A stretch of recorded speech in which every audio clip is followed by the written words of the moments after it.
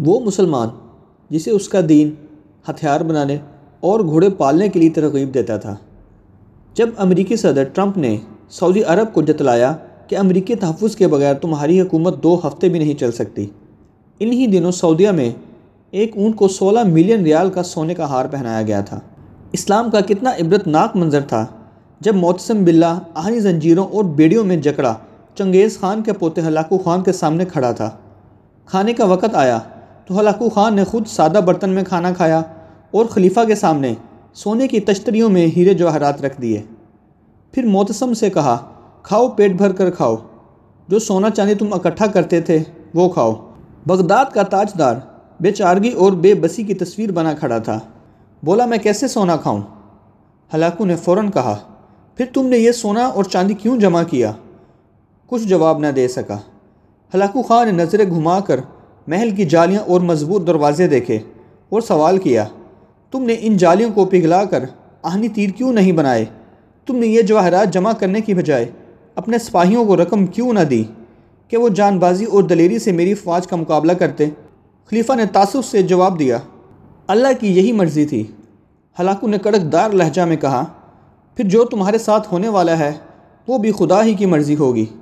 Hulagu Khan نے معتصم باللہ کو مخصوص لبادے میں لپیٹ کر گھوڑوں کی ٹاپوں تلے رون ڈالا اور چشم فلک نے دیکھا کہ اس نے بغداد کو قبرستان بنا ڈالا۔ ہلاکو نے کہا، آج میں نے بغداد کو صفحہ ہستی سے مٹا ڈالا ہے اور اب دنیا کی کوئی طاقت اسے پہلے والا بغداد نہیں بنا سکتی۔ اور ایسا ہی ہوا۔ تاریخ تو فتوحات گنتی ہے، محل، لباس، ہیرے جواہرات اور انواع و اقسام کے لذیذ کھانے نہیں۔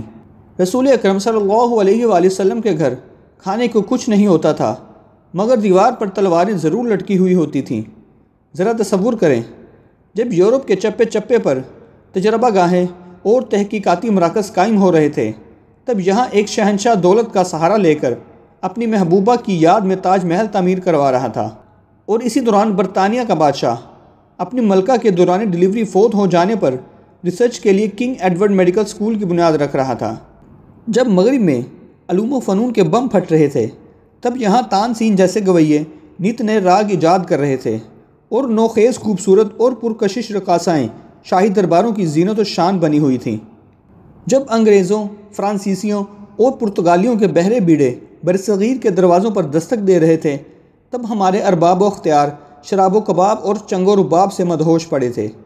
تاریخ کو اس بات سے کوئی غرض نہیں ہوتی کہ حکمرانوں کی تجوریاں بھری ہیں یا خالی، شہنشاہوں کے تاج میں ہیرے جڑے ہیں یا نہیں، درباروں میں خوش آمدیوں، مراسیوں، طلبہ نوازوں، طوائفوں، وظیفہ خواص شاعروں اور جی حضوریوں کا جرمٹ ہے یا نہیں۔